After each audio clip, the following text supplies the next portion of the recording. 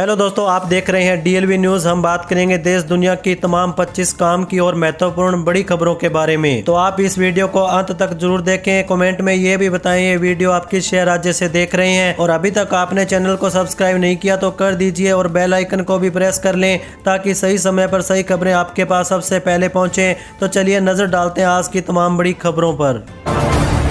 देखिए, पहली सबसे बड़ी खबर, योगी सरकार ने पारिवारिक संपत्ति के बंटवारे पर स्टाम्प ड्यूटी में बड़ी छूट दी है। अब आवासीय, कृषि के साथ साथ व्यावसायिक और औद्योगिक संपत्तियों के दान विलेख पर भी केवल 5,000 रुपये स्टाम्प शुल्क और 1% निबंधन शुल्क देना होगा। यह निर्णय प्रदेशवासियों को राहत देगा, कानूनी हस्तांतरण बढ़ाएगा और विवाद भी कम होगा। जल्द ही अधिसूचना जारी होने पर यह लागू किया जाएगा। वहीं अगली बड़ी खबर देखिए, अमेरिकी राष्ट्रपति डोनाल्ड ट्रंप ने दावा किया कि प्रधानमंत्री नरेंद्र मोदी उनसे उतने खुश नहीं है। ट्रंप के अनुसार भारत को रूसी तेल की खरीद रोकने के कारण भारी टैरिफ चुकाना पड़ा। उन्होंने मोदी से अपने अच्छे संबंधों का जिक्र किया, लेकिन यह भी कहा कि भारत ने अब रूसी तेल व्यापार काफ़ी हद तक कम कर दिया है। ट्रंप ने भारत पर अमेरिकी टैरिफ का भी उल्लेख किया। वहीं दोस्तों देखिए, महाराष्ट्र के अंबरनाथ नगर परिषद में भाजपा और कांग्रेस ने एकनाथ शिंदे की शिवसेना के खिलाफ गठबंधन कर लिया है। शिवसेना सबसे बड़ी पार्टी बनी, लेकिन बहुमत से चूक गई। भाजपा ने शिवसेना से बात न बनने पर कांग्रेस का हाथ थामा, जिससे भाजपा पार्षद नगर अध्यक्ष चुने गए। शिंदे गुट ने इसे अभद्र युति बताया। देखिए, अगली सबसे बड़ी खबर, भाजपा और शिवसेना ने मोहन भागवत के लव जिहाद संबंधी बयानों पर असदुद्दीन ओवैसी की टिप्पणियों की कड़ी निंदा की। भाजपा ने कहा कि ओवैसी के पास संघ प्रमुख को चुनौती देने का नैतिक अधिकार नहीं है, जबकि शिवसेना ने भागवत के विचारों का समर्थन किया।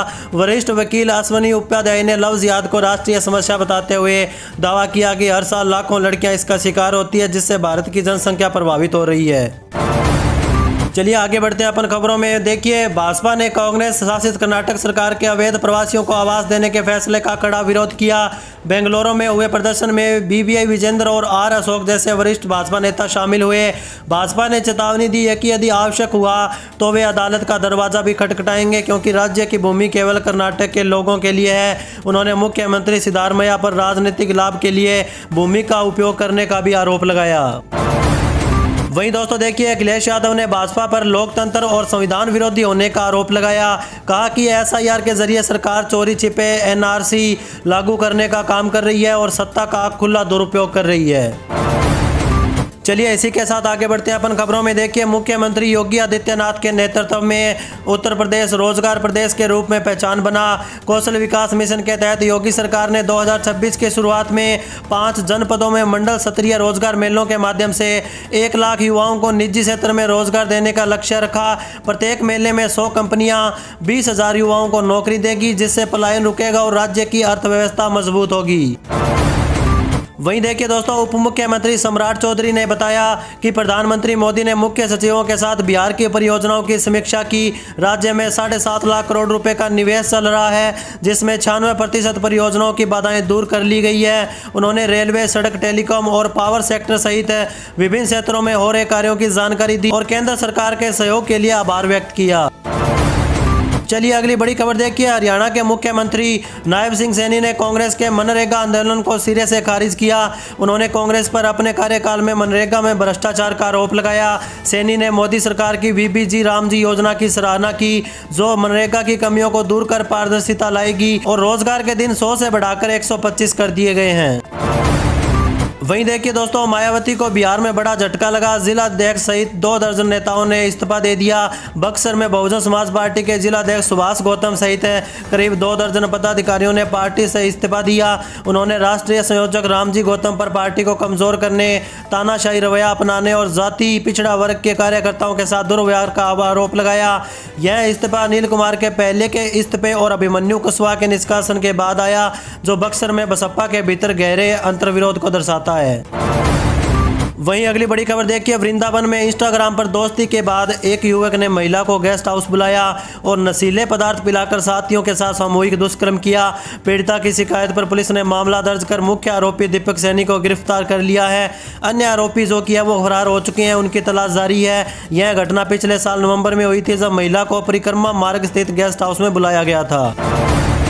वहीं देखिए दोस्तों, बांग्लादेश में एक और हिंदू का कत्लेआम हुआ। बांग्लादेश में हिंदुओं पर अत्याचार लगातार जारी है, जहां पिछले 18 दिनों में 6 हिंदुओं की नृशंस हत्या कर दी गई। इनमें दिब्बू चंद्र दास, अमृत मंडल, बजेंद्र विश्वास, खोकन दास, राणा प्रताप बैरागी और शरत चक्रवर्ती मणि शामिल है। सोशल मीडिया पर भयावह वीडियो सामने आ रहे हैं, लेकिन यूनूस सरकार की निष्क्रियता पर सवाल उठ रहे हैं।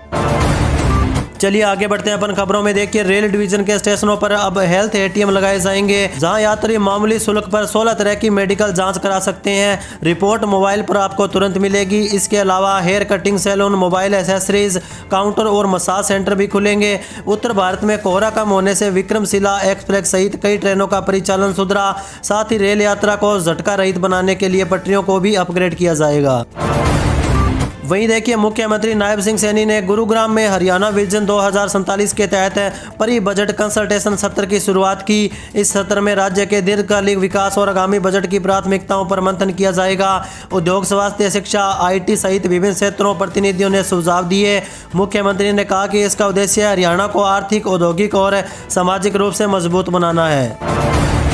वहीं अगली बड़ी खबर देखिए, उत्तर प्रदेश ने केंद्र सरकार के डीरेगुलेशन 1.0 कार्यक्रम में देश भर में प्रथम स्थान प्राप्त किया।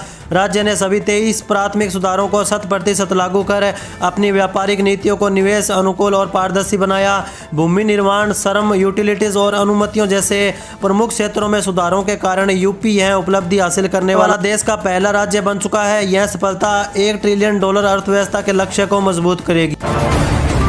चलिए अगली खबर देखिए, दिल्ली विधानसभा के शीतकालीन सत्र में भाजपा विधायकों ने जोरदार हंगामा किया। उन्होंने अरविंद केजरीवाल पर शिक्षकों से कुत्तों की गिनती कराने का झूठा आरोप लगाने का आरोप लगाया।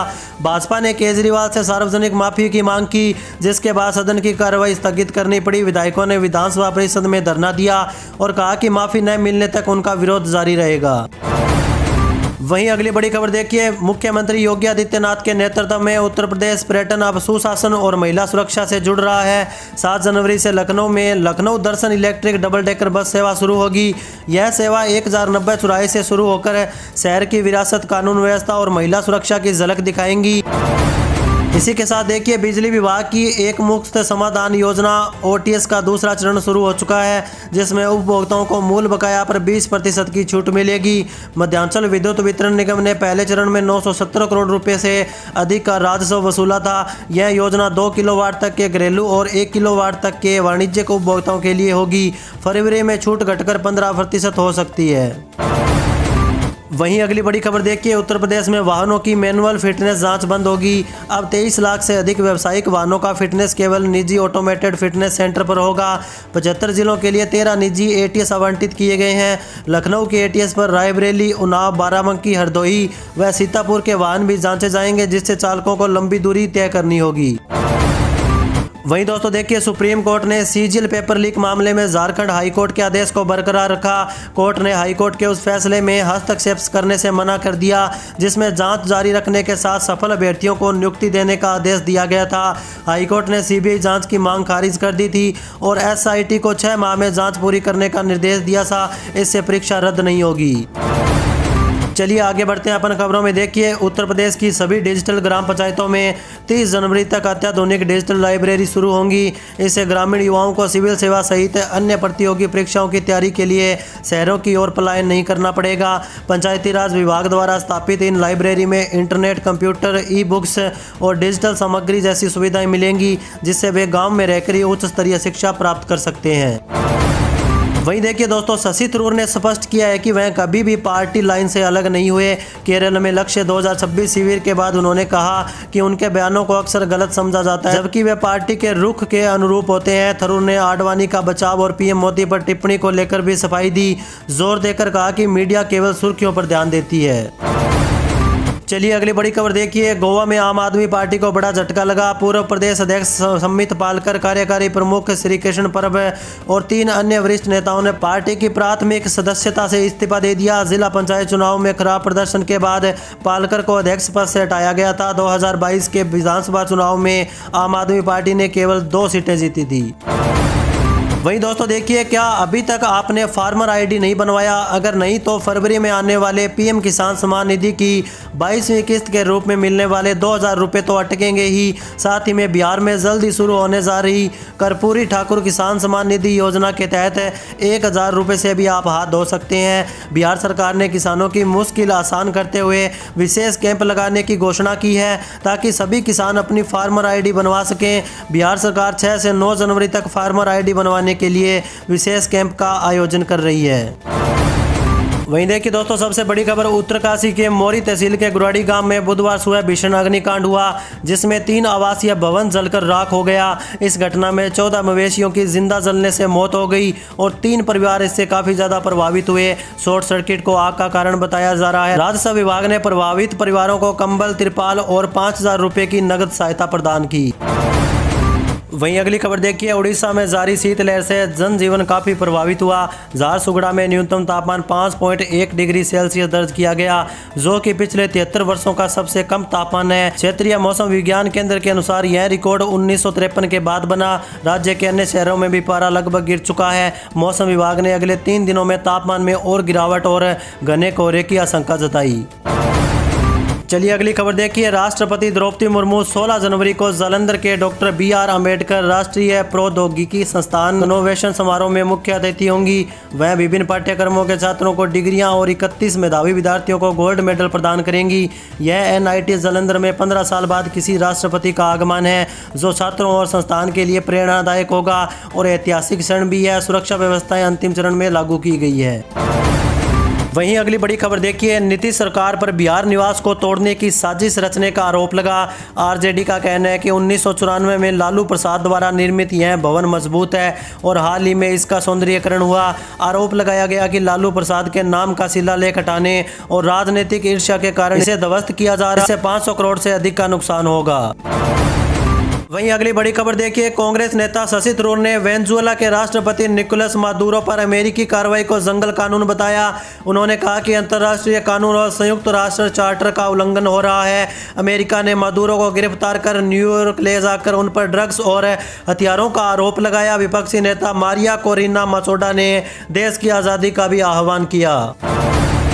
चलिए आगे बढ़ते हैं अपन खबरों में। देखिए, RJD ने नीतीश सरकार पर तेजस्वी यादव के dream project Gopalganj medical college को ठंडे बस्ते में डालने का आरोप लगाया। RJD जिलाध्यक्ष दिलीप कुमार सिंह ने कहा कि सरकार क्रेडिट लेने की कोशिश में है ताकि यह परियोजना रुक जाए। तेजस्वी ने उप मुख्यमंत्री रहते 2022 में इसकी घोषणा भी की थी। RJD ने कॉलेज निर्माण, बरौली को अनुमंडल बनाने सहित अन्य मांगों को लेकर जन आंदोलन की चेतावनी दी है।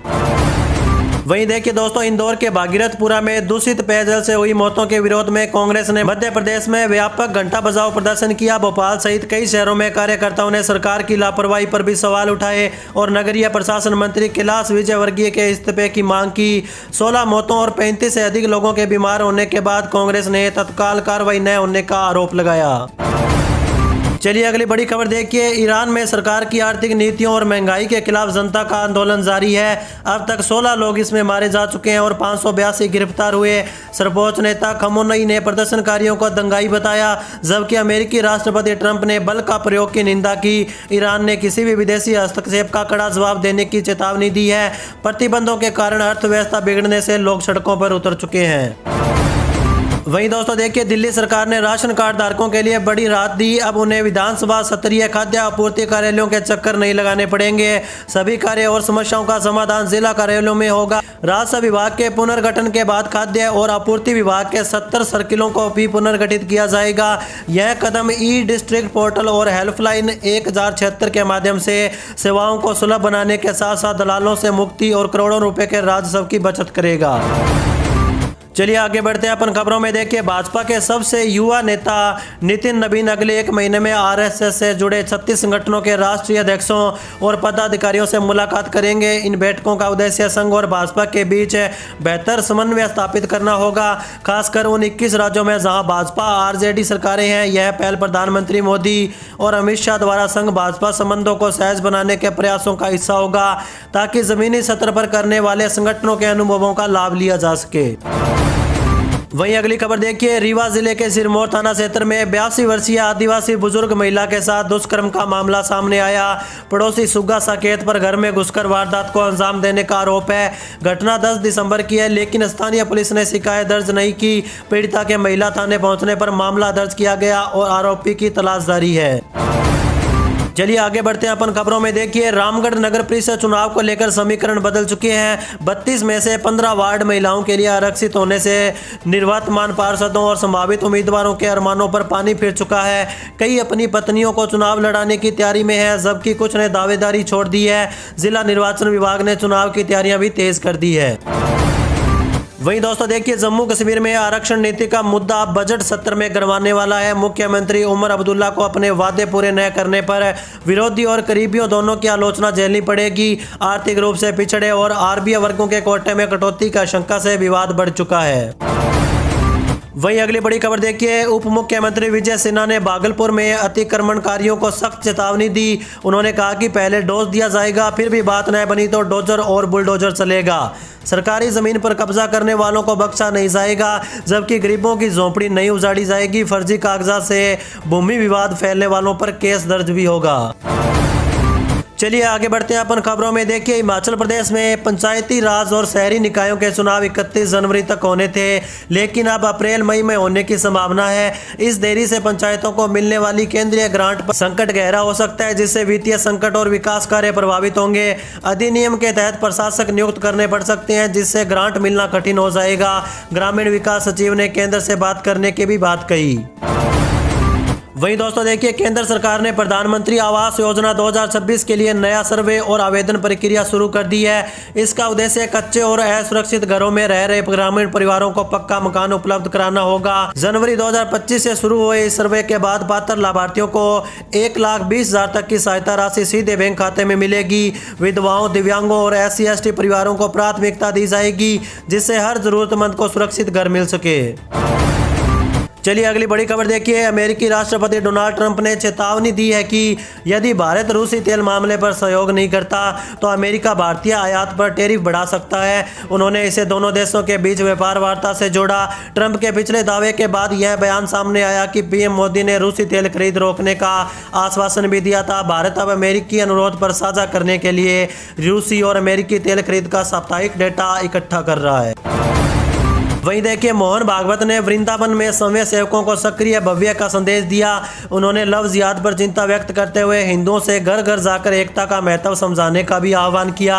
भागवत 7 दिवसीय दौरे पर हैं, जहां वे अखिल भारतीय कार्यकारिणी की बैठक की अध्यक्षता करेंगे।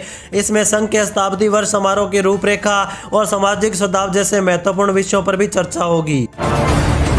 वहीं अगली बड़ी खबर देखिए, दिल्ली प्रशासन SIR से पहले मतदाता सूची को शुद्ध करने के लिए अभियान चला रहे हैं। बूथ लेवल अधिकारी घर घर जाकर सत्यापन करेंगे। 20 साल बाद सूची अपडेट हो रही है, जिसमें मतदाताओं के नाम हटाए जा रहे हैं और पात्र नागरिकों को जोड़ा जा रहा है। इसका उद्देश्य उत्तर प्रदेश जैसे राजनीतिक विवाद से बचना और लोकतांत्रिक प्रक्रिया में पारदर्शी लाना होगा। चलिए आगे बढ़ते हैं अपन खबरों में। देखिए, गांधीनगर में दूषित पानी से फैले टाइफाइड के 100 से अधिक मामलों के बाद केंद्रीय गृह मंत्री अमित शाह ने प्रशासन को युद्ध स्तर पर काम करने का निर्देश दिया। उन्होंने पाइपलाइन की तत्काल मरम्मत और प्रभावित बच्चों व नागरिकों को त्वरित उपचार का आदेश दिया।